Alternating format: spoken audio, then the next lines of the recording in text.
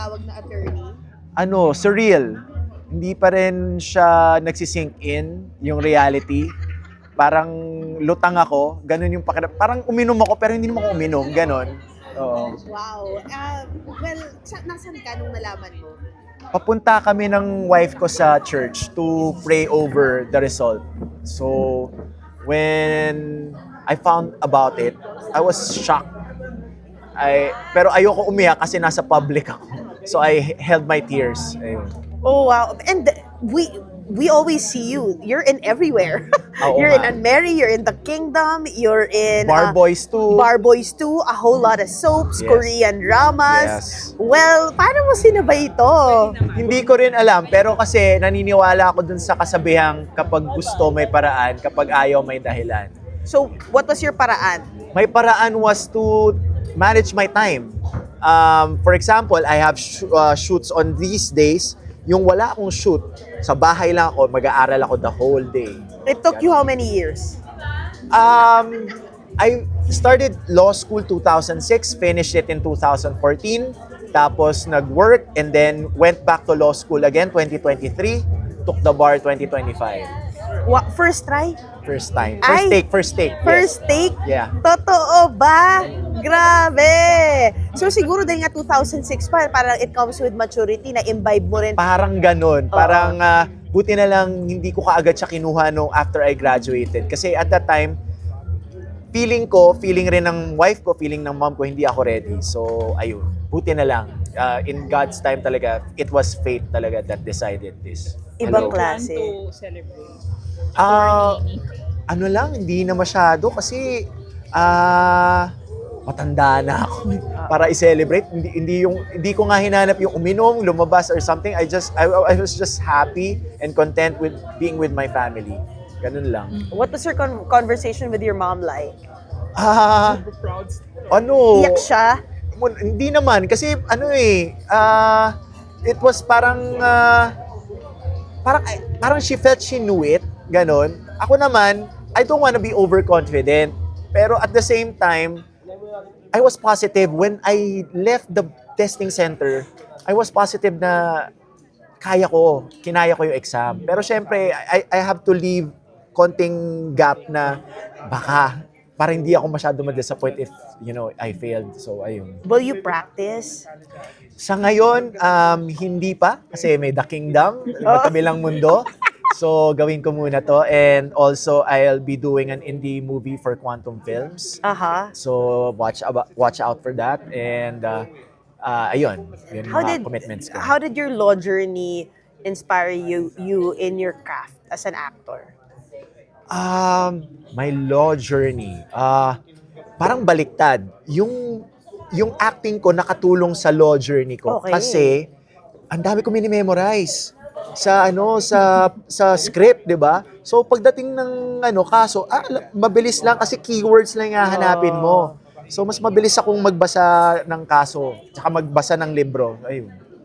Ngayon, maraming nag-wonder, hindi ka ba magpa-practice ng annulment for you? Annulment ng nullification of marriage. Oo, because of Willie Bautista, no? Depende. Kung may lalapit sa akin at sabihin, attorney, baka pwede nyo hawakan yung annulment case ko, ganun.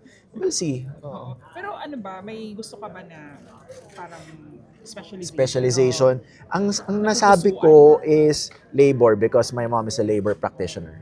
And also intellectual property rights because Showbiz. malapit sa Oo. sa puso ko, sa trabaho. Anong biggest shock sa'yo about IP and issues here in the Philippines? Ang kinakabahala ko yung AI. Kasi nung nakita ko yung mga tao na umaarte na gano'n, medyo halata pa pero sobrang kuha na nila yung itsura ng tao, ganyan. Natakot ako. Ano gusto mo gawin tungkol doon? Kailangan lagyan natin ng boundaries kung hanggang saan lang pwede gamitin yung AI. Kasi hindi naman natin pwede tanggalan ng trabaho yung totoong tao, di ba? Kasi kailangan pa rin ng totoong emosyon na gaganap para doon sa mga roles. So pwede lang yung AI for this, ganyan, konti, pero not totally eradicate human actors. Ayun. Pero gusto mo ba talaga maging lawyer? Gusto ko ba maging lawyer? Oo. Gusto ko nagbabasa ng law books. In fairness, kasi hindi ako mahilig magbasa ng libro. As in, ayoko. Kaya nung first day ko sa law school, na-shock ako kasi recite ka agad. Socrates way kasi of parang question and answer. Hindi ako nagbabasa. So, sanay ako lecture. So, pagdating sa law school, na-shock ako. So, kailangan ko magbasa ng libro. Pero in fairness, nagustuhan ko siya kasi ang dami ko natututunan. Never ka pressure ni Attorney Joji. Never.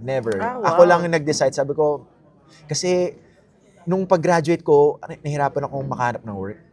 Tapos, sabi ko, mag-law school kaya ako. Sabi ng nanay ko, ikaw, bahala ka. Anong course mo? European Studies sa Ateneo de Manila. Oh. So, Pwede. Parang, magkakano siya kasi you read a lot.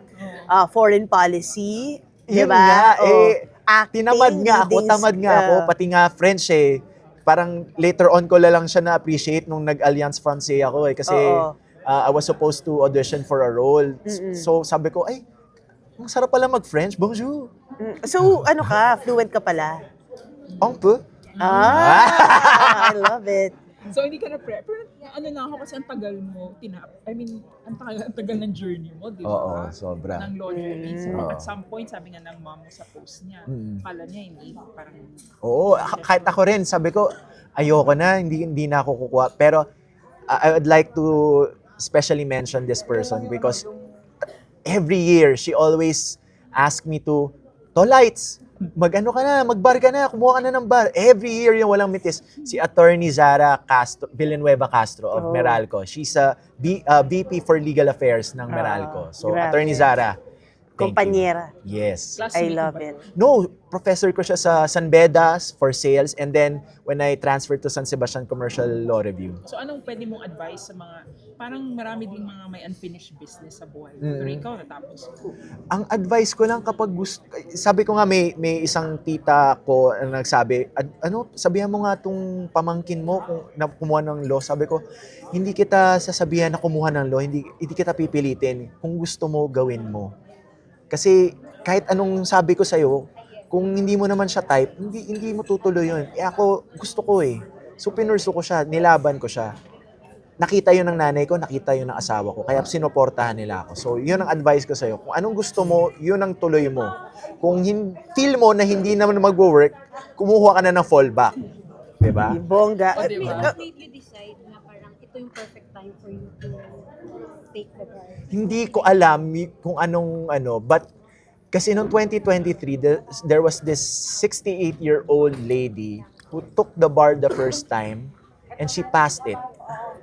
And when I saw that, sabi ko sa sarili ko, kung kaya niya, kaya ko. Yun yung nag-trigger Galing. sa akin. Kamusta na yung Korean career mo? May Yun! to be continued, basta meron. Bongga. Hinihintay Grabe ko lang. kasi yung NDA nila Oo. Oh, Hintay ko grabe. lang. Ito, streaming. Marami na siya. Sa Prime Video, Ay, sa Big Disney Night. Plus. Confidence Queen kay Park Min Young. Oo, di ba? So, ano Tsaka yung Big Night. Big Night. Big Bet. Big Night si yun. Oo nga, Direct June Lan. Oo nga, oo nga. Big Bet si Media Son Quest Suku. din pala yun. Yes. Yan, oo. yung favorite namin si Son Soo. Son Suku and Choi Min Sik of Old Ano Boy. ba, continuation ba dyan? Kung may continuation man yung Big Bet, wala na ako. Dead ball na ako . Sino yung mga ina-admire mo na mga lawyers sa country? Sorry, ano Yung po? mga lawyers Na sa ina-admire mo country. din. Ina-admire ko my mom. Hindi kasi ako masyado involved in the legal world. So wala akong masyadong kilala. So my mom is the only person na I admire. So lahat kayo magkakapatid lawyer. Yes, my sister, second to me, and my brother, third to me, lahat abogado. Sila yung unang pumasa. Oo. Hindi ka na-pressure. Na-pressure ka. Hindi ako na-pressure. Kasi nga, okay na ako sa acting career ko. Okay na ako. Tapos, yun nga, yung nung nawala yung ABS-CBN, tapos nangyari yung AI, sabi ko, baka kailangan ko ng fallback Oo, hirap na. Ikaw lang ba sa showbiz? Isang actor-lawyer? Sa ngayon, tingin ko oo. Kasi si Sir Tommy, hindi na raw siya nagpa-practice. So, ayun. Tapos si Oliver yung taga Cebu, Hindi naman siya parang hindi naman siya actor. So, yeah.